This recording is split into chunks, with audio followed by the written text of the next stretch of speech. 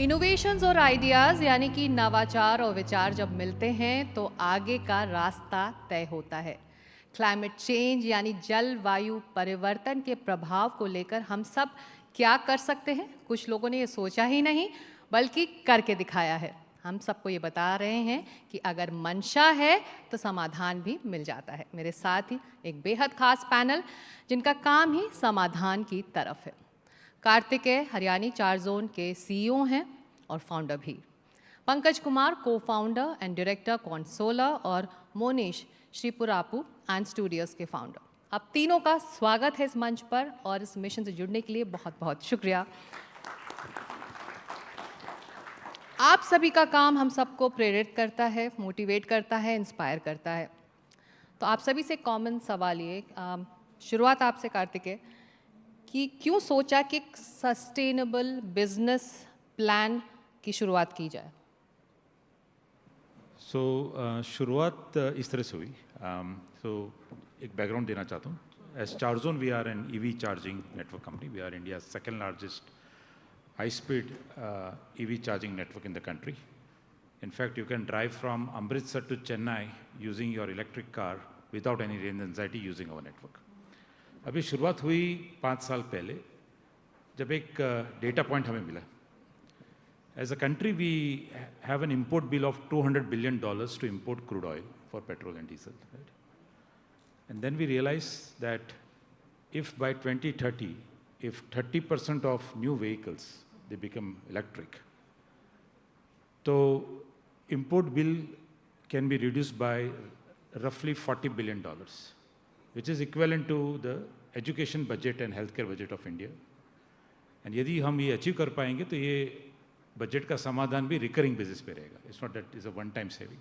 Everybody is aware that if we are able to do an emission free society, यदि pollution यदि free नहीं कर सकते तो पोल्यूशन को घटा जरूर सकते या कोशिश कर सकते.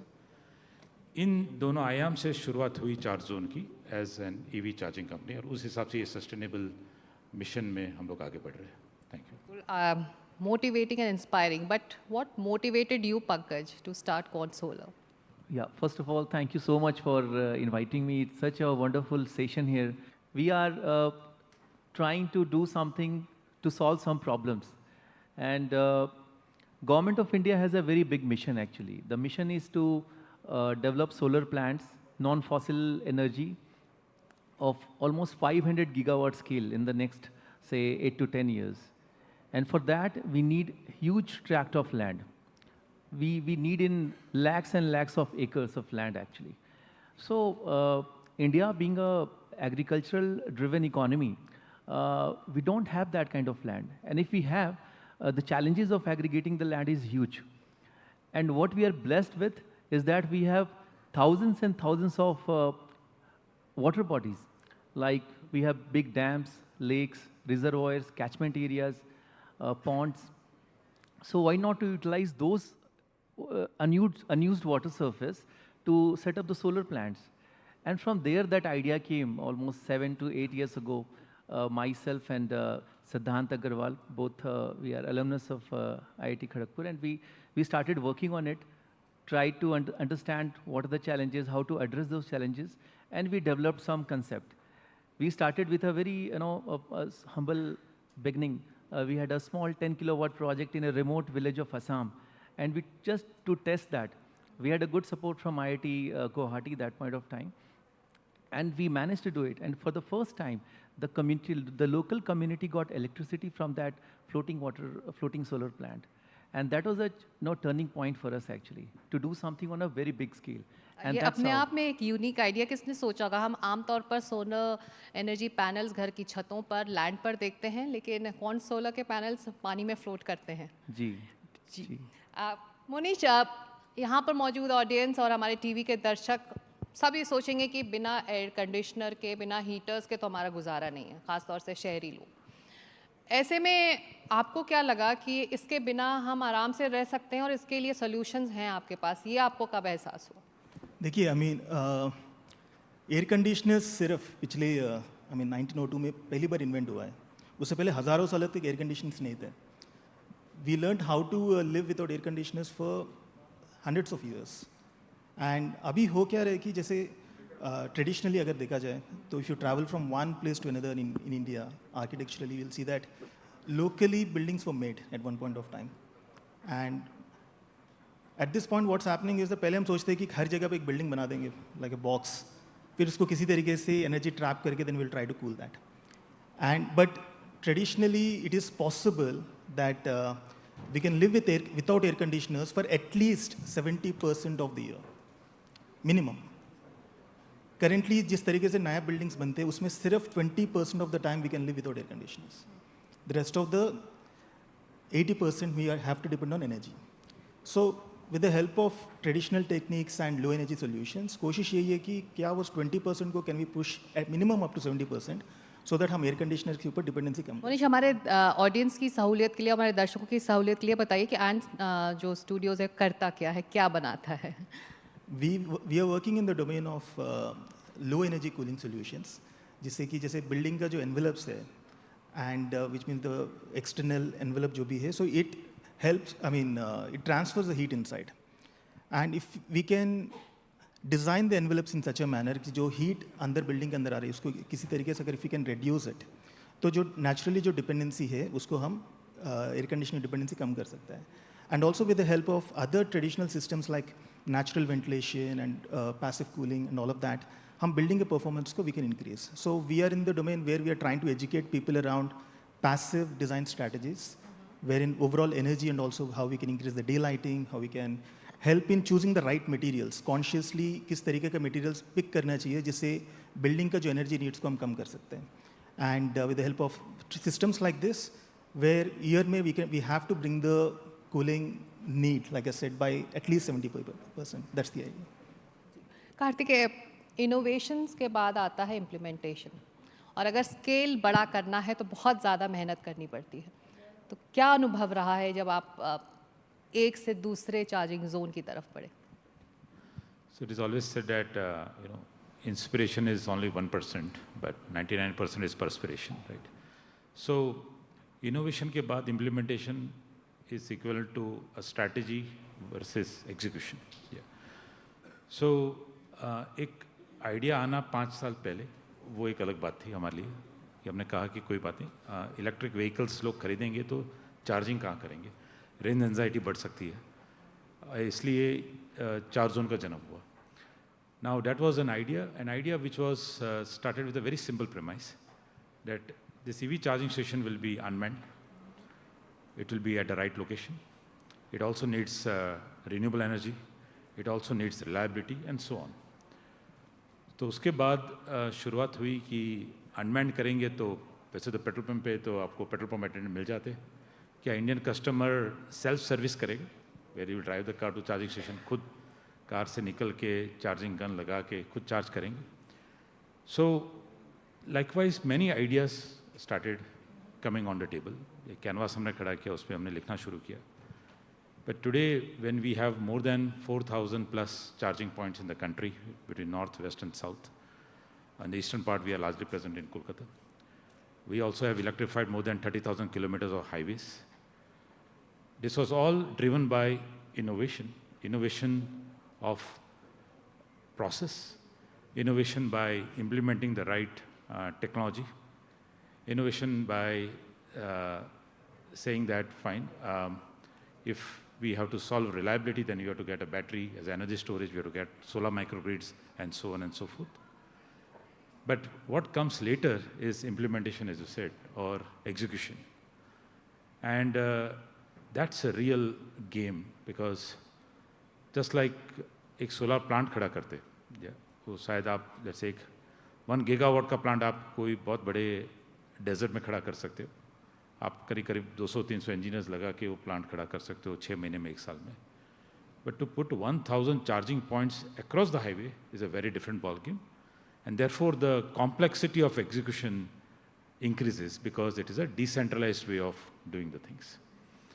But at the end of the day, an EV charging business that we are into, it's a combination of brick and mortar, means classical electrical engineering, little bit of mechanical civil engineering, etc. Also, it is a business of strategic partnerships. And finally, the technology that makes an EV charging seamless or a very smooth experience for the EV customers. So yes, it is far more challenging because of the decentralized network across various locations.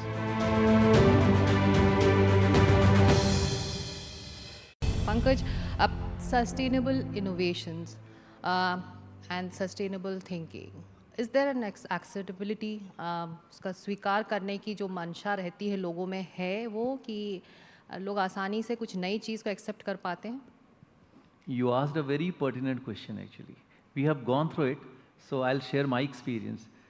हमने 8 साल पहले सोचा था floating solar के बारे में, लेकिन 2 साल हमको लग गया इम्प्लीमेंट करने में.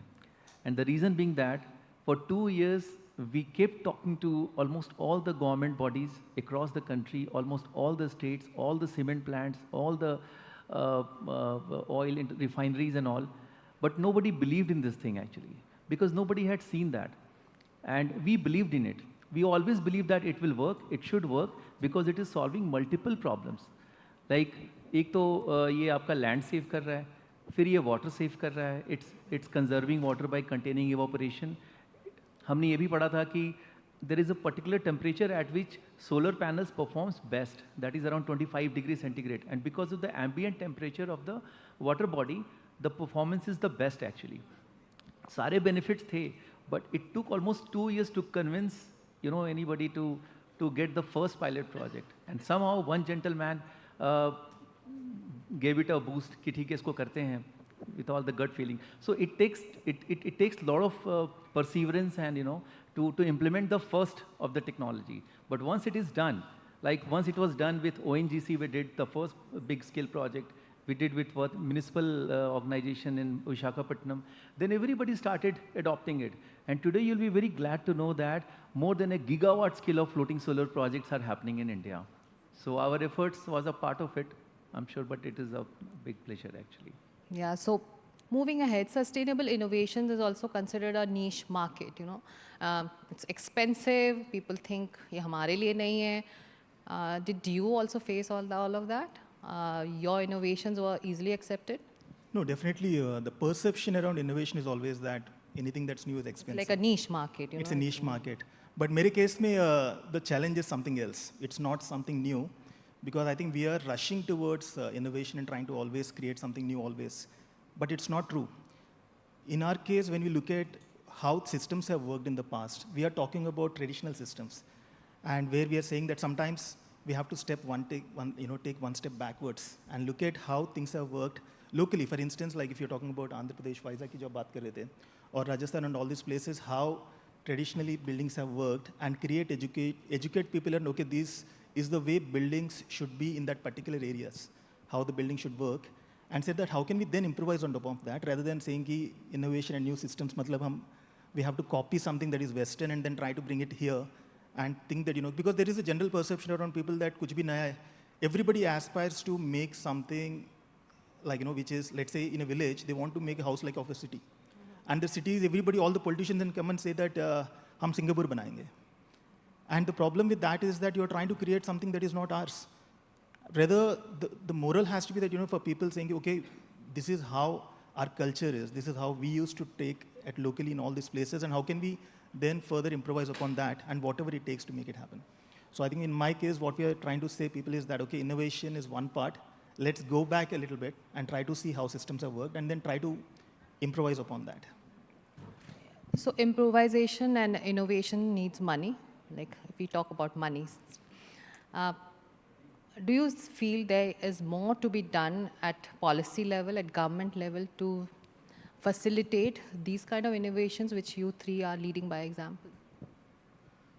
So I've learned in my entrepreneurial journey that there is a hard work, there is passion, but access to capital. Yeah, that's the third most important part for any entrepreneur or for any idea to get realized in terms of a commercial or viable business.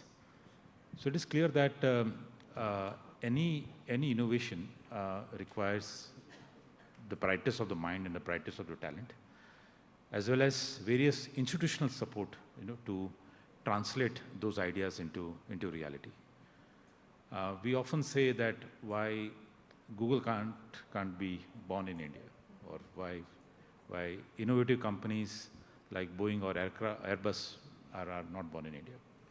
But let's also understand that there are many countries. If I tell you that one of the biggest business jet company in the world is not an American, but it's a Brazilian company called Embraer, it shows that when the institutional support, government policies, and the relevant initiatives and innovators, when they come together, magic happens. This we have seen in some of our neighboring countries, like China, for example. Earlier it was Japan and South Korea. These are some of these Asian countries and Asian giants which has thrived on innovation and less on the market. Many times our country is targeted as a market.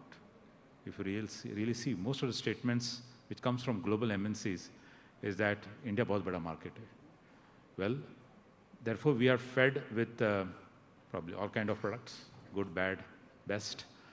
But it is also clear that if we don't support our homegrown or grassroots innovation, as a country, it is difficult to become self-reliant in many industry that we aspire for or government aspires for. Kartikeya, आपने green mobility, ई mobility के market को tap किया, अपना business बनाया. ऐसे में ई mobility को लेकर, क्योंकि अगर हम दुनिया भर की टॉप 10 प्रदूषित शहरों की लिस्ट में देखें तो उसमें भारत के कई शहरों के नाम आते हैं. ऐसे में चुनौतियां हैं, ख़ास तौर से ई मोबिलिटी को लेकर हमारे देश में. आप क्या सोचेंगे? So challenges, चुनौतियाँ काफ़ी है. Now let's also step back a bit. हम एनर्जी की बात की तो it is clear that the economy is running on various forms of energy. The consumption of petrol and diesel is en masse due to logistics and other industrial requirements. But when we talk about electric mobility, I think it's time to get very serious. Because as I said, if our import bill is $200 billion per year, and it is increasing by the year, because economic growth होती है तो vehicles बढ़ते हैं, logistic की requirement बढ़ती है, and so on. But electric mobility हम बात करें तो electric mobility का जो real fuel है, that fuel is electricity, which can be produced in India. We are blessed with solar and wind, and therefore the source of power, or electricity as we call it, which is a basic fuel for e-mobility ecosystem, is produced here in India. Second part is the काफ़ी discussion आता है कि भाई lithium ion batteries तो use हो रही है, तो लिथियम यहाँ प्रोड्यूस नहीं हो रहा है, उसको इंपोर्ट किया जा रहा है. बात सही है आपकी. वैसे तो ऑयल एंड गैस यानी क्रूड ऑयल भी हम इंपोर्ट कर रहे हैं, लेकिन जब इंपोर्ट करने के बाद जब हम यूज़ करते हैं वो धुआं बन जाता है. बट लिथियम इंपोर्ट करेंगे तो वो यहीं रहता है. It stays in our country which can be recycled. So these are some of the industry observations or let's say opinions that comes in.